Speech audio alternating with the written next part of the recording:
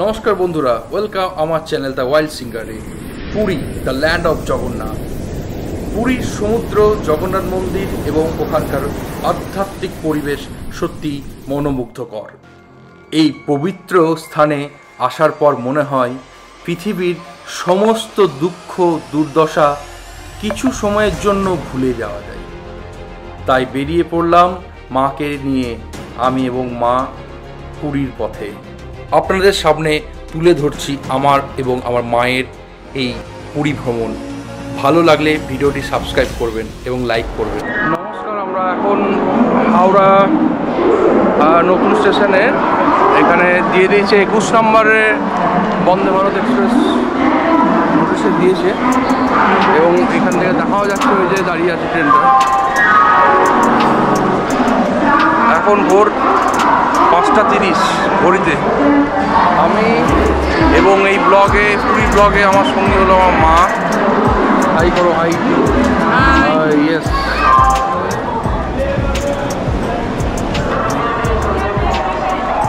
প্রথমবারের জন্য বন্দে ভারত ট্রেনটিতে চাপলাম আমি এবং আমার মা।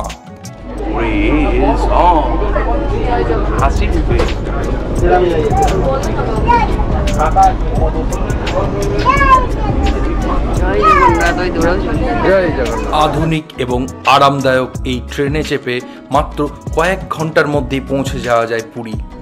বন্দে ভারত এক্সপ্রেসের স্বাচ্ছন্দ্য ভ্রমণের অভিজ্ঞতা সত্যি মনোমুগ্ধকর ছিল। ঝকঝকে সিট, দ্রুতগতির ট্রেন এবং সময়ের সঠিকতা আমাদের ভ্রমণকে আরও স্মরণীয় করে তুলেছিল।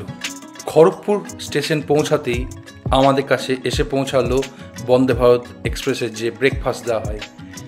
এটা খুবই হেভি ব্রেকফাস্ট ছিল, কারণ এরপর আর লাঞ্চ প্রোভাইড করা হয় না, কারণ 1:30 নাগাদ ট্রেনটি পৌঁছে যায় পুরী।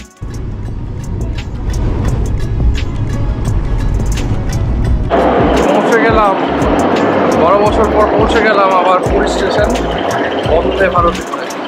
পুরীর অটো 12 বছর আগে চেপেছিলাম, মনে আছে। আমি প্রথম মানে বড় সাইজের অটো প্রথম পুরীতেই দেখি।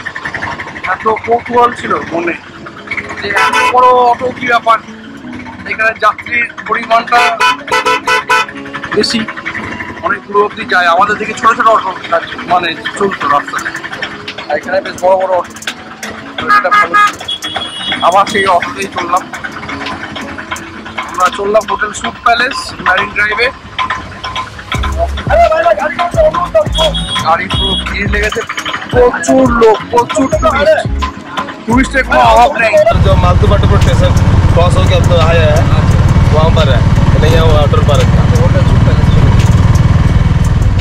পুরী পৌঁছে আমরা উঠলাম সুপ প্যালেসে, যা সমুদ্র সৈকতের খুবই কাছেই অবস্থিত।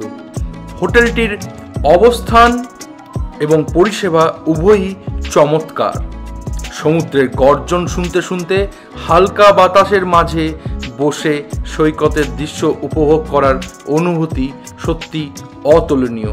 সুপ প্যালেসের অতিথি সেবায় আমরা খুবই সন্তুষ্ট ছিলাম। এখানে ছিল মিত্র ক্যাফে, যেখানে আমরা প্রত্যেক দিন ডিনার এবং লাঞ্চ করেছি। খুব সুন্দর খাবার। রেজিস্ট্রেশন ডেস্কের রেজিস্ট্রেশন হয়ে গেছে, খুব সুন্দর চিত্র বলা। এই যে রুম, মোটামুটি ভালোই। বারান্দা থেকেই তো সিট, এদিকে দেখা গেলেই হলো। সিট দেখা পাওয়া নেই তো, সাইডে হোক আছে। ও লাভলি। এই তো, এরপর আমরা চলে গেলাম সমুদ্রে স্নানের দিকে। প্রথমবারে তো এসে নামতেই চাইনি, কোনো রকমে ধরে নামিয়েছিল। এই মানে এই ঢেউয়ের ভীষণ ঢেউ, হ্যাঁ, এখানে অতটা ইজি নয়।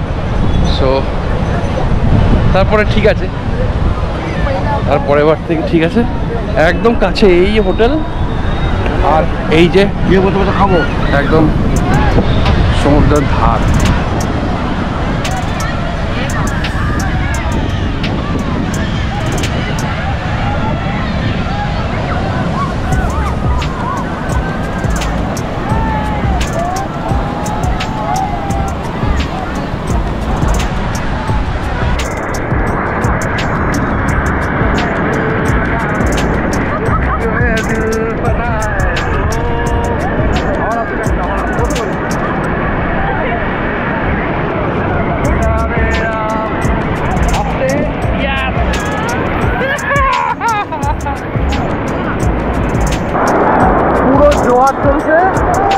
একদম পুরো কাছেই চলে এসেছে একদম। হ্যাঁ, তো দাঁড়িয়ে থাকা যাচ্ছে না সেভাবে।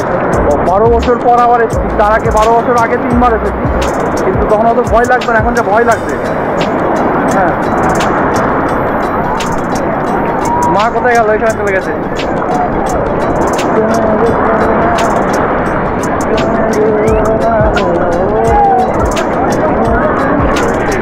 ভয় লাগছে।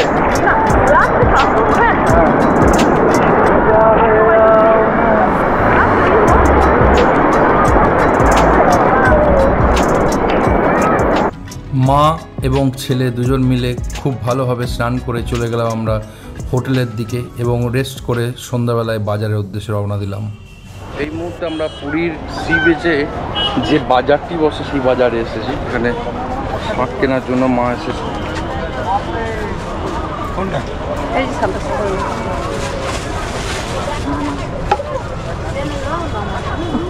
কেমন, ভালো মনে হচ্ছে? দেখি মন কম থাকে এগুলো, তো মাটি ডিম হতো।